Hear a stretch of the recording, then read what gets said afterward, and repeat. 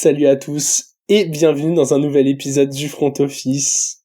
On se retrouve aujourd'hui comme promis pour un épisode spécial Thanksgiving et pour m'accompagner je suis avec Alex. Salut Alex. Salut Jérôme, salut à tous. Écoute, petite semaine à 3 épisodes puisque semaine exceptionnelle, on a en gros 4 matchs hors programme habituel. Donc on va pouvoir les traiter, du coup le format on est d'accord, on va les traiter un par un dans l'ordre chronologique avec un petit prono. Effectivement. Ça me paraît pas mal. Quoi d'autre à dire? On peut quand même rappeler nos réseaux sociaux. Autant chaque épisode mérite sa promotion, donc le Front Office sur toutes les plateformes, notamment celles où nous sommes le plus actifs, donc Twitter, Instagram, YouTube et Twitch. Voilà. On a été efficace. Rapide, efficace. Voilà, parfait. Eh bien, efficace. On espère que les deux équipes qui s'affrontent en première, donc jeudi, premier match, 18h30 heure française. Les Packers vont sur le terrain des Lions. Je crois que c'est à Détroit. Oui. Alex, ce match de division, comme d'habitude, on a les Lions à Thanksgiving. Je crois qu'en termes de tradition, on est pas mal. Et tout le temps. Et je crois que tout le temps le match de 18h30. Je crois que ça fait plusieurs saisons où le match de 18h30 c'est un match des Lions. Cool. Ça fait un match à une heure correcte qu'on peut regarder. Je trouve que c'est bien d'avoir que des matchs quasi. Est-ce que c'est que des matchs de division cette semaine? J'ai l'impression. Ah non, pas tous, mais une bonne partie en tout cas. Ouais. On a une bonne partie de matchs de division. C'est bizarre qu'ils aient pas fait que ça d'ailleurs, parce que t'en as 1, 2, 3. Bah déjà les 4 de cet épisode 5, c'est de la div. Ouais, 6, 7, 8, 9, 10. T'as 10 matchs de division cette semaine-là. Et donc ouais, Packers-Lions, gros match. Je pense que ce sera pas un match avec beaucoup de suspense, mais ça peut être un match avec pas mal de points. Ouais. Parce que les Lions, ils encaissent pas mal et ils marquent encore plus. Donc ça va être cool. J'ai hâte de voir ce match-là. Et voilà. Écoute, c'est freestyle, hein. C'est freestyle aujourd'hui. On n'a pas préparé. On fait l'épisode juste après le rewind qu'on a fait du coup mardi. Toujours mardi pour nous. Vous êtes quand vous écoutez. Mercredi ou jeudi. On verra quand vous écoutez. Voilà. Et on espère que vous n'êtes pas vendredi, parce que sinon vous allez rater les 3 premiers. Non, quand même pas. Ce serait dommage. Normalement, vendredi, si vous nous suivez depuis un petit moment maintenant, vous savez que normalement on attend le preview. Donc il y a pas de raison de rater celui-ci. Si, comme on l'a dit en début de l'épisode, vous nous suivez sur Twitter et Insta @lefrontoFICE. Exactement. Mais voilà, match. Voilà, je te laisse en parler un petit peu si tu as envie. Ouais, non, moi ce que je trouve intéressant, c'est que les Packers quand même, ils se sont mis sur un début de dynamique en battant les Chargers ce week-end, enfin le week-end dernier du coup. T'as un Jordan Love qui, moi, je le trouve quand même insuffisant dans ce qu'il produit, mais tu l'as dit, il envoie du yard. C'est un match qui devrait voir pas mal de points. En tout cas, c'est ce que je pense, puisque les Lions sont très forts contre la course. Les Packers ont perdu Aaron Jones, donc ils vont vraiment avoir aucun intérêt à courir. Et c'est encore un peu léger en fond de terrain. Il y a beaucoup de cibles chez les Packers, hein. Il n'y a pas de vrai numéro 1 pour l'instant. En tout cas, Christian Watson a du mal à s'imposer comme ça. Mais il y a pas mal de joueurs intéressants. Watson, Weeks, Jayden Reed, Luke Musgrave, s'il est sur pied pour jouer. Et en face, il y a quand même un Jared Goff qui a fait pas mal d'erreurs. Les Packers, mine de rien, ils jouent pas bien, mais ils ont une bonne défense contre la passe. Match de div, horaire inhabituel, il y a quand même moyen d'avoir un petit piège pour les Lions. Ils ont bien évité celui tendu par les Bears, à voir s'ils réussiront à rééditer ça contre les Packers. Ouais, c'est ça. On a c'est la 4e meilleure attaque contre la 22e meilleure attaque. Donc les Lions 4, les Packers 22. C'est la 9e meilleure défense contre la 14e meilleure défense, selon les stats de la NFL en tout cas. 9e les Lions toujours, surprenant, je trouve, et 14e les Packers. Mais voilà, ça avance très bien. Et effectivement, on en parlait lors du dernier match, et t'en as parlé rapidement. Le jeu à la course des Packers, c'est pas ça, et les Lions sont très bons contre la course. ils encaissent pas beaucoup de yards à la course par les adversaires. Donc, sachant que c'est une des forces c'est que ça pouvait être une des forces en préparation de saison des Packers de courir. J'ai hâte de voir ce que ça va donner cette semaine-là. Bien, en tout cas, Alex, sur ce match-là, on a un over-under à 47,5 points en cumulé. Donc voilà, si on a notre petite cinquantaine de points, un petit 28-23 ou quelque chose du genre, on sera content, je pense. Hein. On sera content, ouais, on sera content. À savoir, dans quel sens iront ces points, Alex, et du coup, je vais te demander un pronostic pour ce match. Lions. Ouais. Je suis d'accord avec toi, je pars aussi du côté des Lions. Tu savais que Romeo Doubs était à 7 touchdowns cette saison? Alors je ne savais pas, mais ça ne me surprend pas plus que ça, parce que j'ai l'impression qu'à chaque fois qu'on le voit faire une réception, c'est pour un TD.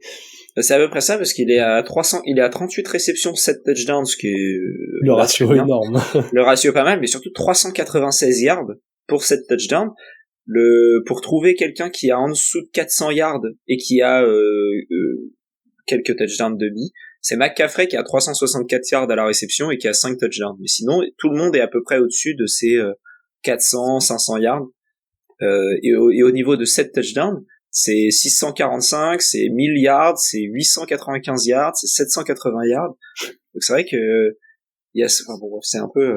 C'est le Gus Edwards des receveurs. Ouais, c'est ça, ultra... c'est lui et Sutton, quoi. C'est Sutton, pareil, à peu près, il est juste en dessous de 500 yards et 8 touchdowns. Et là, on se voit quand même que le mec est assez bon. Ouais, et écoute, si ça peut nous amener des points jeudi soir, nous serons preneurs.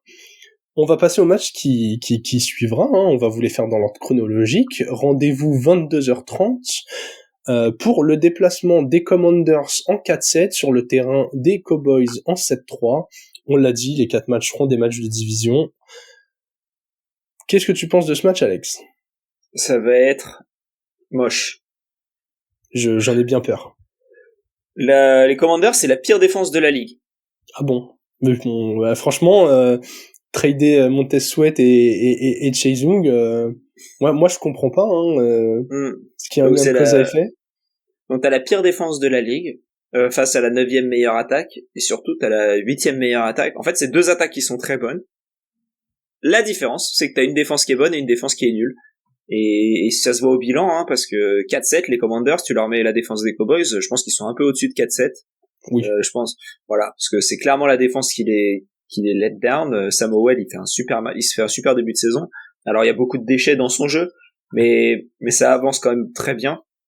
Et commence à trouver plein de, voilà, le jeu à la course il avance, le jeu à la passe il avance. Il y a beaucoup de pertes de balles, mais voilà, ça marche bien. Mais il se fait bouffer toutes les semaines. Il est à 51 sacs concédés depuis le début de la saison. Donc sur 11 matchs, t'es à 5 ans, à peu près 5 en moyenne, alors que Dak Prescott c'est 23 concédés sur le début de la saison, et c'est pas la meilleure O-line non plus du monde. La défense, la O-line des Cowboys, c'est pas la meilleure de la ligue, mais 23, tu vois vraiment la différence. Ils ont des playmakers, ce qui est un peu marrant côté Commanders parce que c'est pas trop l'identité de jeu normalement. Ouais. Je trouve qu'ils ont des playmakers offensifs et ils se font avoir sur les postes ingrats, et ce qui est normalement complètement l'inverse. Ouais. C'est vrai. Ce changement de paradigme côté Commanders, c'est un peu étonnant.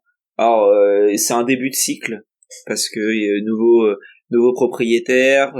Ron Rivera, je pense pas qu'il va rester 5 ans de plus aux Commanders. Je pense que là, la fin de saison, c'est terminé pour lui. Surtout quand on voit le changement d'attaque au niveau des Commanders. Je pense que Eric Bieniemy, il a une bonne chance d'être head coach, et c'était ce qui a un peu été entendu, quoi. C'est clairement le plan qu'on avait suggéré à l'intersaison dernière. Hein. Ouais, c'est ça. C'était la question de est-ce que c'est Mahomes?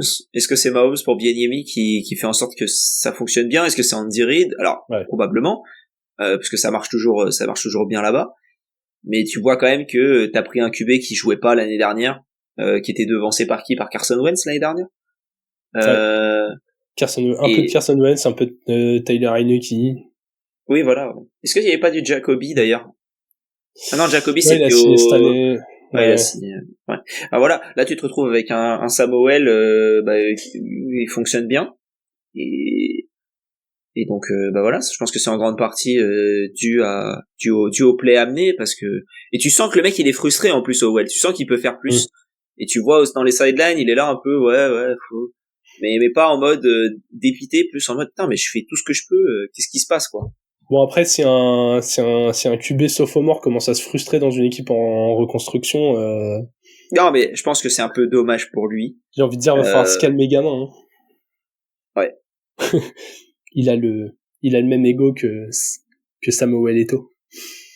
c'est ça, et il casse la démarche comme Samuel Umtiti. Et Là, on a parlé beaucoup des Commanders, mais on peut parler un ouais. peu des Cowboys aussi. Hein. Et bah écoute, je vais prendre la main pour parler un peu des Cowboys. T'as parlé de la défense horrible des Commanders, elle est déjà horrible contre la course, mais surtout contre la passe. Et en face, tu as un Dak Prescott qui, depuis la bye week, donc en semaine 7, envoie du lourd dans tous les sens. Très clairement, ça tourne hyper bien. Sur les 5 derniers matchs des Cowboys, en termes de points marqués, donc c'est 20 points contre les Chargers, 43 contre les Rams, 23 contre les Eagles, 49 contre les Giants, 33 contre les Panthers. Donc très belle moyenne de points. Un Dak Prescott, j'en parlais dimanche dernier pendant mon live, qui a enfin trouvé le bon équilibre entre limiter les erreurs et être agressif. Depuis le début de la saison, c'est 19 TD pour seulement 6 interceptions et déjà plus de 2600 yards envoyés. Donc très clairement, ça commence à bien tourner. Et surtout, on a un Tony Pollard qui enfin a rouvert la bouteille de ketchup contre les Panthers. Donc, il y a moyen que ça réussisse à enchaîner derrière.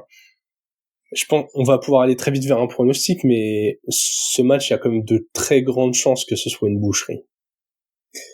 Je pense que ça va être, je pense qu'il va y avoir beaucoup de choses offensivement, parce que, comment dire, ouais non en fait, non.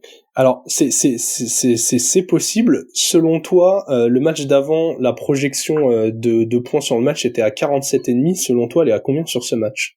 Elle est à moins, je pense. Ok, elle est à 48,5. C'est plus? Ouais. Je me souviens plus que, ok d'accord. C'était 47,5 pour l'autre. C'est ça. Ouais. Moi, ça, oui, bah c'est deux belles attaques, donc c'est logique, mais Mm. t'as une défense qui est au-dessus et ouais, enfin on verra ce qui se passe quoi. Je sais pas trop. J'ai une petite idée de qui peut gagner, mais surtout que t'as Dak. En vrai, je comprends parce que t'as Samuel qui marche très bien, t'as Dak Prescott qui marche très bien en ce moment. Ça me paraît logique que le nombre de points soit assez haut. Mais ouais, je pense que t'as quand même une des défenses qui va prendre le relais sur l'autre. Ouais, c'est bien possible ce que tu dis. Du coup, on va pouvoir quand même passer au pronostic. Hein. Pour moi, c'est Cowboys. Quand je parlais d'une boucherie, ça va pas être la jolie boucherie où les Américains achètent leur dinde de Thanksgiving, mais plutôt la boucherie comme dans Dexter avec plein de sang de porc un peu partout. Donc voilà. Ouais. Très clairement, c'est hyper dommage qu'à 22h30 on n'ait pas un match plus serré quoi. Oui, je suis assez d'accord. Espérons que les Commanders nous fassent mentir. Alex, on va passer au troisième match de cette soirée, qui est un petit peu du coup le Thursday Night Football, hein, puisqu'il est dans la nuit de jeudi à vendredi, 2h20 du matin. Les 49ers se déplacent sur le terrain des Seahawks. Alors déjà, premier point à souligner, il faudra voir l'injury report des deux équipes. Notamment côté Seahawks, savoir est-ce que Geno Smith est un peu gêné ou pas. On sait déjà que Kenneth Walker ne devrait pas jouer. Kenneth Walker est très doubtful. On a vu que c'était pas un candidat pour l'injury reserve, mais quand on dit c'est pas un candidat pour l'injury reserve, ça veut dire il va rater 2-3 matchs, Ouais. mais pas 4. Donc autant dire qu'on risque de voir du charbonnet. À quel niveau est-ce qu'on va voir du charbonnet, je sais pas, parce que là, encore une fois, ça joue contre une équipe qui est. Et est-ce qu'il risque de beaucoup charbonner? Je sais même pas pourquoi je sais pas pourquoi je t'écoute, tu vois, c'est... Écoute, c'est l'épisode Thanksgiving, je suis obligé de faire un jeu de mots par match à peu près. Très bien, c'est un bon deal. Si je me limite à un, ça va. Ouais. On va dire ça comme ça. Mais ouais,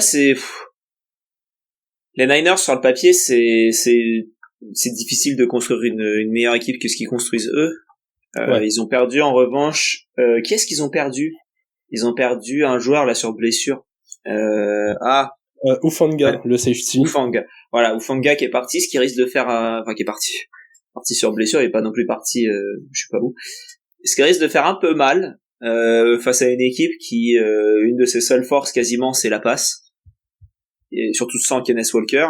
Ouais. Je pense que ça va être un peu dur du coup, et je me dis que ça peut être un peu plus ouvert que ce que ça ne l'aurait été avec Hufanga sur le terrain. Je m'attends pas à un super match quand même, hein. Mais je m'attends à un match un chouïa plus serré que si les Seahawks avaient été, que si les Niners avaient été en pleine possession de leurs moyens. Donc on verra ce que ça donne, mais ouais, j'ai peu confiance en ces Seahawks cette semaine. Ok. Je continue mes questions autour des proches. On avait 47-5 pour le match des Lions. Ah bah là c'est moins. Là je dirais 44-5. 43-5. Okay. Très très accurate. Tu étais pas mal. Bah écoute, je suis assez d'accord avec toi sur ce match. Déjà les Niners, ils ont relancé quand même une bonne dynamique, hein. Ils restaient avant ça sur 3 défaites, ils avaient perdu contre les Browns, contre les Vikings, contre les Bengals. Et là, ils s'étaient bien repris, donc il y a 2 semaines en giflant les Jaguars 34-3, là ils ont battu les Bucks 27-14. Donc voilà, ils se sont bien rassurés, ils viennent d'encaisser 17 points en 2 matchs. C'est quand même un bon retour de la défense. Ouais. L'attaque tourne bien, on l'a dit, 34 points, 27 points. McCaffrey, il avait été vexé que sa série de TD soit interrompue. Il est toujours aussi efficace au sol, il fait encore une saison, mais incroyable. Et puis t'as de l'alpha receiver, quoi. Brandon Ayuk, pour l'instant, c'est très très solide quand tu sais qu'autour de lui, il y a Deebo Samuel et George Kittle qui pareil, montent en puissance. Offensivement, ces Niners font peur. Après, ces Seahawks sont quand même vachement chiants à manipuler. Je trouve que c'est le genre d'équipe qui, voilà, on sait très très vite dans le match si ça va bien se passer ou pas, je trouve, même si du coup, contre les Rams, ils se sont un peu écroulés vite, mais je trouve que c'est assez lisible, tu vois, contre Baltimore, ils avaient sombré complètement, ils avaient perdu 37-3, ça se voyait direct. Et à l'inverse, contre les Browns, ils avaient été accrocheurs tout le long, ils avaient gagné. Je suis presque déçu que ce soit pas le match de 22h30 parce que ça aurait été sympa, ouais. Mais après c'est un match de West Coast, donc forcément tu le mets un peu plus tard et c'est un peu le souci, quoi. Un match de la côte ouest, ça c'est sûr, encore un duel de division. Les Seahawks quand même commencent à jouer des choses importantes. Là, on rappelle le bilan, ils sont en 6-4, les Niners en 7-3. C'est globalement la division qui se joue lors de ce match. Ouais. Et au-delà de ça, pour les Seahawks, attention, on pense quand même que même s'ils perdent là et qu'ils sont en 6-5, pardon, ça devrait aller en play-off. Mais faut pas non plus entamer une dynamique trop négative et risquer de glisser. Le calendrier, tu l'avais très très bien dit lors de l'épisode de mardi, mais globalement ils vont faire Niners Cowboys, Niners Eagles. Si tu perds ces 4-là, ça va commencer à être compliqué. Si tu perds les 4, tu vas te retrouver en 6-8. Et après, même si les matchs sont plus abordables, tu vas les jouer la peur au ventre. C'est ça. Parce que tu vas aller à Tennessee, qui ne joue rien, mais bon, t'as pas envie d'y aller en mode je suis en 6-8, faut pas que je le perde. Et même si tu reviens en 7-8, ta semaine 17, ça va être les Steelers, qui seront sûrement eux aussi en course pour les playoffs.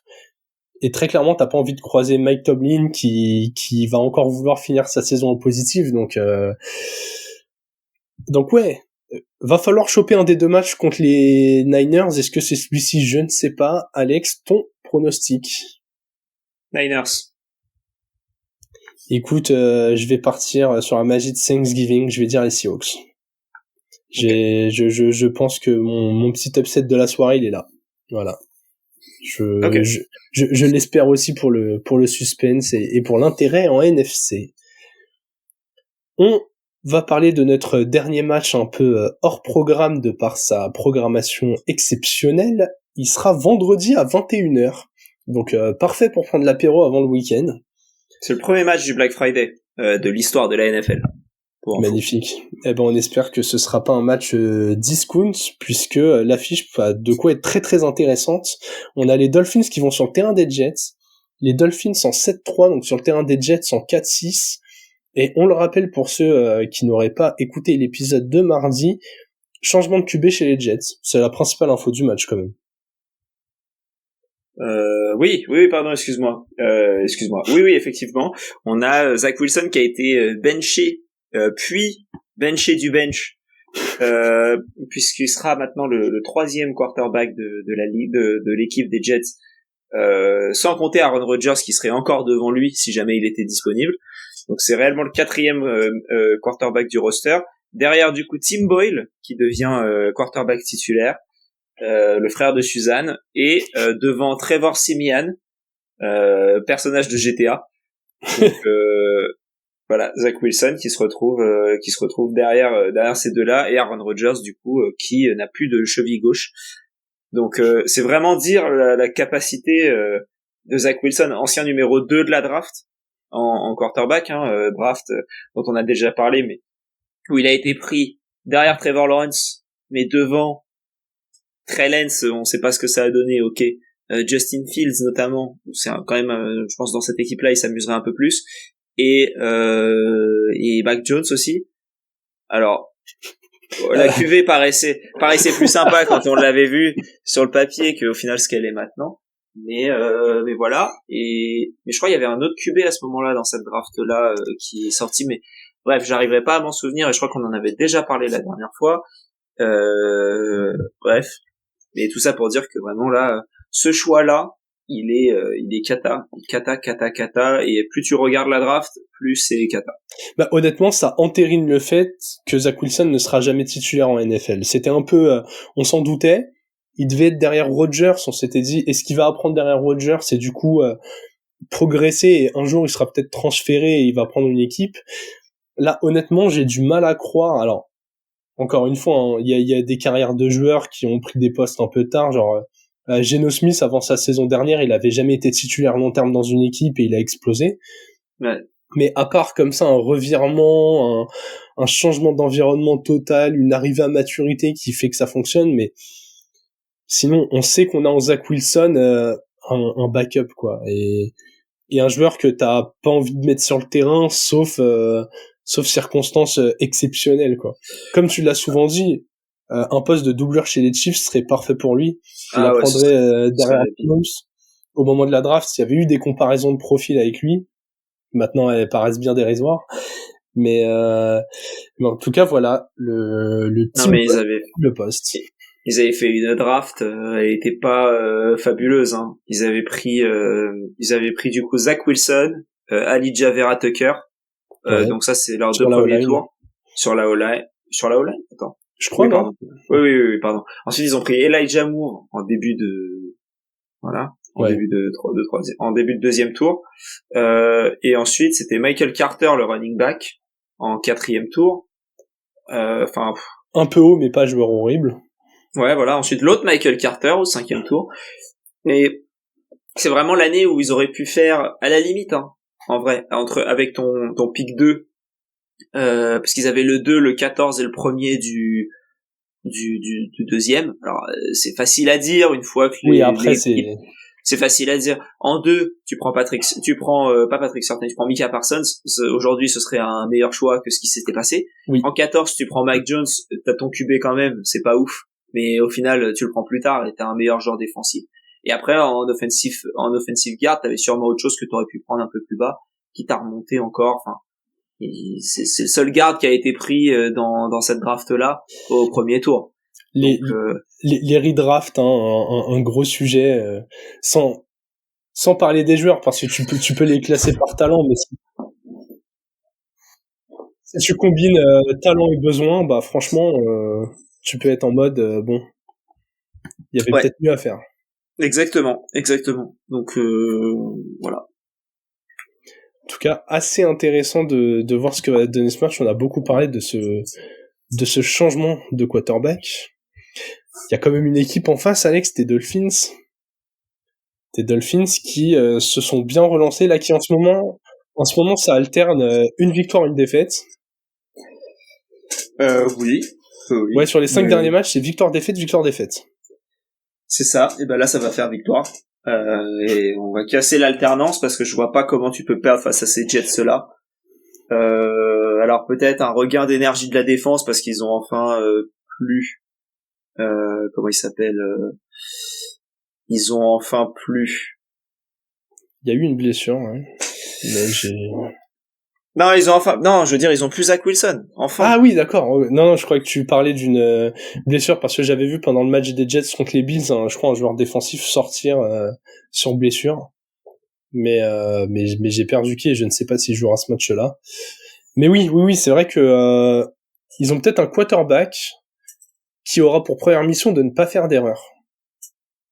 Et ça, c'est quand même un gros changement.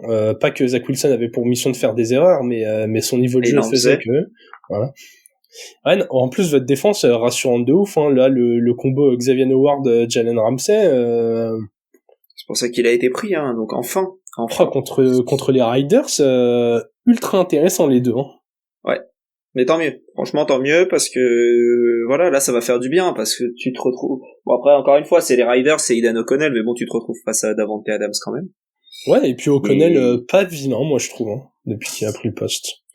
On verra dans des matchs un peu plus compliqués. Ce sera pas encore une fois, je pense pas que là ce sera le test majeur pour ces Dolphins. Je pense qu'il y a des matchs un peu plus compliqués qui arrivent. Défensivement, t'as le match contre les Commanders la semaine prochaine, qui est un peu plus compliqué parce que les Commanders ça attaque bien. Ensuite, t'as 4 matchs où tu dois les gagner. T'as Jets, Commanders, Titans, Jets. Ouais. Sur le papier, tu dois gagner les 4. Et ensuite, t'as 3 matchs plus compliqués. Bien pour avant les playoffs, t'as Cowboys, Ravens, Bills. Donc voilà. Tu pourras te tester face aux Commanders, face aux Cowboys et face aux Bills, voir vraiment ce que ton duo a. Parce que les Ravens, ce sera pas spécialement à la passe que tu vas perdre le match. Ce sera plus dans les autres compartiments du jeu, je pense. Ouais, je suis assez d'accord.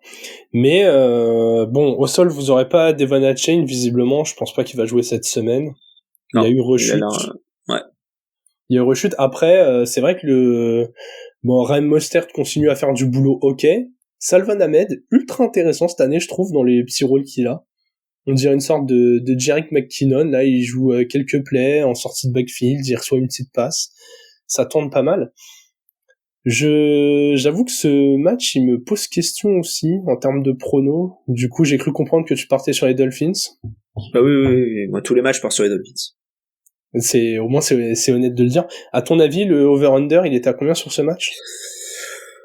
30 points pour les Dolphins, 12 pour les Jets, 42,5. Il était à 40,5, t'es pas loin. J'ai mis 30 points pour les Jets. En plus, au début, quand t'as commencé 30 pour les Dolphins, je me suis dit, oh putain, il va dire 10 pour les Jets, il va tomber tout pile dessus. Ouais, en plus 12, c'est compliqué à faire. Mais en vrai, 12, c'est plus correct, parce que ça compte pas un touchdown. Ouais, oui. Non, mais à voir. J'avoue que je pense aussi que les Dolphins vont gagner, mais je ne suis pas du tout sûr de la marge. Je comprends le 40,5, je pense même qu'il y en aura moins que ça, tu vois. Je pense que vous pouvez gagner le match bien compliqué, là, en mode un 17-13, un truc comme ça. Ouais, genre le 20-13 qu'il y a eu comme contre les Riders, quoi. Tu fais le même score, c'est pas chaud. Mais je le vois bien encore plus serré, quoi. Vraiment, déjà les matchs à horaire inhabituel, dans des jours où t'as pas l'habitude, dans des semaines où les mecs, peut-être qu'ils auront un petit poil fêté Thanksgiving, certains, enfin, il y a eu des bobos, tu rejoues pas loin après les matchs du dimanche, ça peut sentir particulièrement mauvais, quoi. Ouais. En tout cas, des pronos globalement, voilà. À part le Niners Seahawks où je tente un petit Seahawks, sinon on est quand même pas sur des matchs avec beaucoup de suspense, quoi. Non, du tout. Mais écoute, on va essayer d'en profiter quand même. Hein. On rappelle la programmation, jeudi 18h30 pour la première affiche entre Lions et Packers. Donc match sympa à voir en rentrant du travail. 22h30 après manger pour digérer tranquillement le Commanders Cowboys. Pour ceux qui ont leur vendredi en télétravail, vous pouvez vous mater la nuit tranquillou sans vous éclater le crâne, le petit Niners Seahawks. Et puis voilà, vendredi, fin de semaine, tranquillement, on sort l'apéro, hop, 21h, le petit Dolphin Jets. Ça me paraît être un beau programme, et ensuite, du coup, le reste de la programmation dimanche, lundi, mardi, dimanche soir, lundi soir. Voilà. Pour lequel vous aurez bien sûr l'épisode preview de la semaine 12. Exact. Ça, ce petit épisode, c'est comme la dinde de Thanksgiving, vous l'avez en rab. C'est ça. Vous l'avez pas demandé, on vous l'a fourré quand même. Exactement. Comme la dinde à Thanksgiving. Oui, on parle que de la dinde. On rappelle les réseaux sociaux, @le front office sur Twitter, Instagram, YouTube et Twitch. Pensez bien à vous abonner partout, à activer les petites cloches. Je rappelle, on avance tranquillement dans le mois de novembre. Début décembre, il y aura une Game Zone. J'ai plus la date en tête. 14. Sous la main, 14. Jeudi 14 décembre. 20h31, comme toujours. 20h31, c'est ça. On confirme les invités, mais cette fois, beaucoup plus préparés que d'habitude. Donc, ouais. Les jeux déjà avancés, une partie des invités déjà lock, le questionnaire Une famille en or, toujours dispo en description.